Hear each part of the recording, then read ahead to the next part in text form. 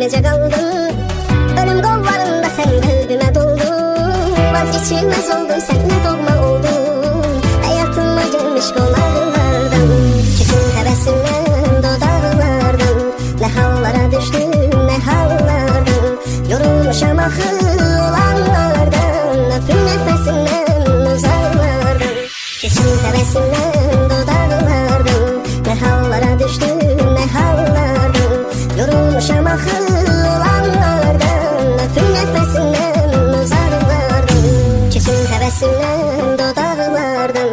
Nə hallara düşdüm, nə hallardan.